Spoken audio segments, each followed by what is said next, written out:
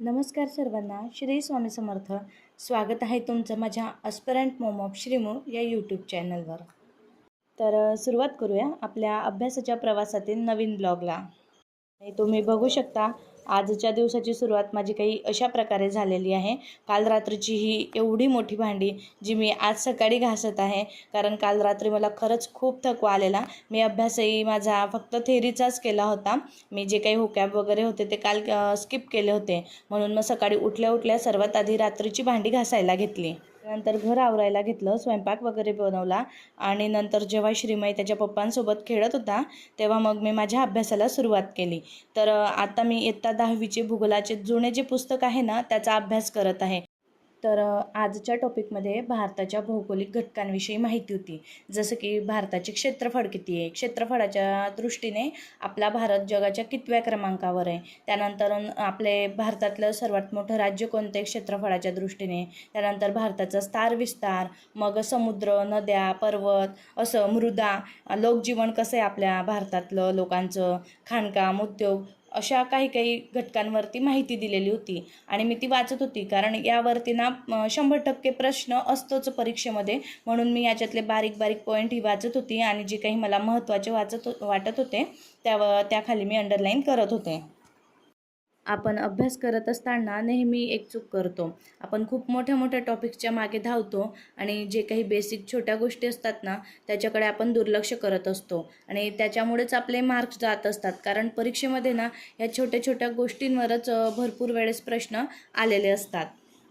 म्हणून मी तुम्हाला नेहमी सांगत असते की आपला प्रॉपर स्टडी सुरू करण्याच्या आधी बेसिक क्लिअर करून घ्या. आणि गरजेचं नाही आहे की तुम्ही पुस्तकच घेतलं पाहिजे. आपलं जे काही महाराष्ट्र शासनाची जी वेबसाईट आहे त्यावरून पण तुम्ही स्टेट बोर्डचे जे पुस्तक आहेत ना ते डाउनलोड करू शकता आणि त्यातून अभ्यास करून नोट्स वगैरे तुमच्या काढू शकतात.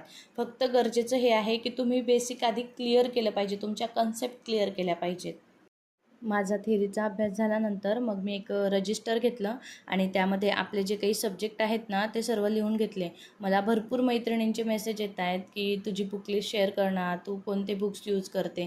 तर खरं सांगू, अजून मी MPSCकडे गेली आपली एक्झाम तेव्हापासून मी कोणतेही बुक घेतले नाही, फक्त एक स्टेट बोर्डचं तेवढं घेतलेलं. तर मी आज तेच करत होते. म्हटलं चला आता बुक लिस्टची तयारी करूया, कारण आपलं जे काही इतिहासाचे पण स्टेट बोर्ड झालेत आणि जवळजवळ आता भूगोलाचेही होत आलेत, म्हणून म्हटलं आधी आता आपण बुक लिस्ट करून घेऊ तयार. मग मी तेच करत होते आणि माझ्याजवळ आधीचे पण बुक्स आहेत. मग मी तेच कंपेअर करत होते, कारण मी यूट्यूबवर जवळजवळ 5 ते 6 व्हिडिओ बघितलेत आणि त्याच्यावरून मी एक बुक लिस्ट काढलेली आणि मला जे योग्य वाटेल मी ते म्हणजे लिहून घेत होते. आणि आधी माझ्याजवळ कोणते बुक्स आहेत ते पण मी बघत होते. तेवढ्यात श्रीमय आला आणि तो खेळता खेळता पडला होता. तर त्याचं रडणं चालू होतं, मम्मा मला जवळ घे, मला लागून गेलं, माझ्या हाताला लागलं, असं काही त्याचं चालू होतं. मग मी म्हटलं बरं बरं ठीक आहे, ये माझ्याजवळ. मग मी त्याला जवळ घेतलं, शांत केलं आणि माझं परत लिहिणं सुरू केलं. पण मग त्याची रडारड चालूच होती की मम्मा मला घे, मला झोप येते असं. मग म्हटलं चल जाऊ दे सगळं बाजूला, आधी तू. मग मी त्याला घेतलं आणि त्याला मग झोपवून दिलं आणि त्यानंतर मग मी माझा पुढचा अभ्यास सुरू केला. मला खरं सांगायचं झालं तर कोणतेही बुक घ्यायच्या आधी मी खूप विचार करत असते आणि आधीच ठरवते की मला नेमकं कोणत्या सब्जेक्टवर जास्त फोकस करायचं आहे आणि मला आता कोणत्या गोष्टीची नीड आहे. आणि हे सर्व ठरवून आणि जे बुक आवडतं मला त्याचे सर्व रिव्ह्यू वगैरे बघून नंतरच मग मी ते बुक घेत असते. आता पण मी जी काही बुक लिस्ट बनवत आहे ना ती मी जवळजवळ 10 ते 15 दिवसांपासून माझं यूट्यूबवर सर्चिंग चालूच आहे. कोणत्या सब्जेक्टसाठी कोणतं बुक बेस्ट असेल किंवा कोणतं PYQ घेतलं पाहिजे, कोणत्या क्लासच्या नोट्स चांगल्या असतील किंवा मग टेलिग्रामवर काहीतरी म्हणजे एखाद्या पुस्तकाच्या छान नोट्स आहेत का, असं सर्व माझं चालूच आहे डेली. पण मी आधीच ठरवलं आहे, मी एका सब्जेक्टसाठी फक्त एकच बुक आणि त्याबरोबर त्याचे PYQ एवढंच करणार आहे. म्हणजे मला एकदम एका सब्जेक्टसाठी जवळजवळ 2 ते 3 बुक्स किंवा नोट्स असं म्हणजे मी असं नाही ठरवलं. मला फक्त एका सब्जेक्टसाठी जे काही त्याचं स्पेसिफिक असेल, जे मला योग्य वाटेल तेच आणि त्याच्यानंतरून त्याचे PYQ एवढं मी ठरवलेलं आहे. अशा प्रकारे मी माझे बुक्स वगैरे लिहून घेतले आणि श्रीमयला पण झोपवून दिलं. श्रीमय झोपल्यानंतर मग मी परत अभ्यासाला सुरुवात केली. आता मी मराठीचे जे काही म्हणी होत्या ना ते करायला सुरुवात केली. म्हटलं चला आता म्हणजे थोडा अभ्यासाचा मूड पण डिस्टर्ब होऊन गेला होता. म्हटलं आपण आता म्हणीच करून घेऊया. मग मी म्हणी करायला सुरुवात केली. म्हणी करण्याचं एक कारण असतं. कसं आहे ना, आपण जेव्हा म्हणी करतो आपल्याला झोप वगैरे येत असली ना तर ती झोप पण उडून जाते आणि त्याच्यामध्ये नवीन नवीन ज्या काही म्हणी येत असतात ते वाचायला खूप असं इंटरेस्ट येतो आणि असं वाटतं ठीक आहे चला अजून काहीतरी एक पेज अजून केलं पाहिजे, आपण अजून एक पेज केलं पाहिजे आणि अशा प्रकारे आपला अभ्यासही होत असतो, टाईम पण वेस्ट जात नाही. अशा प्रकारे मी दिवसाचा स्टडी स्लॉट पूर्ण करून घेतला आणि मी पण थोडा आराम करून घेतला. नंतर म्हटलं श्रीमयला थोडं बाहेर घेऊन जायचं. मग आमच्या घराजवळच एक महादेव मंदिर आहे.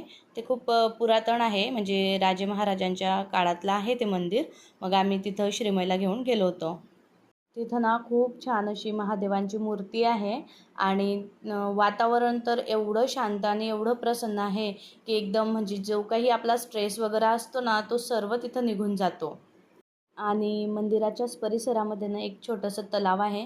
त्या तलावामध्ये खूप साऱ्या मासे आहेत आणि खूप कासव पण आहेत. श्रीमयला ते बघायला खूप आवडतात. संध्याकाळच्या वेळेस ते असं कोणी खायला वगैरे टाकलं ना तर वरती येतात.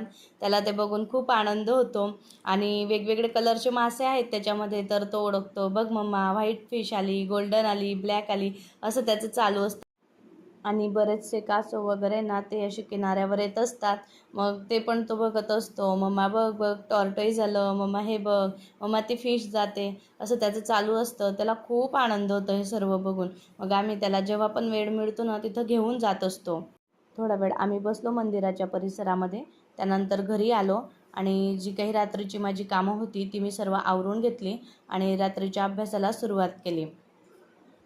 अभ्यासाला सुरुवात करताना मी आधी बघून घेतले की थेरीचे किती पेजेस आहेत.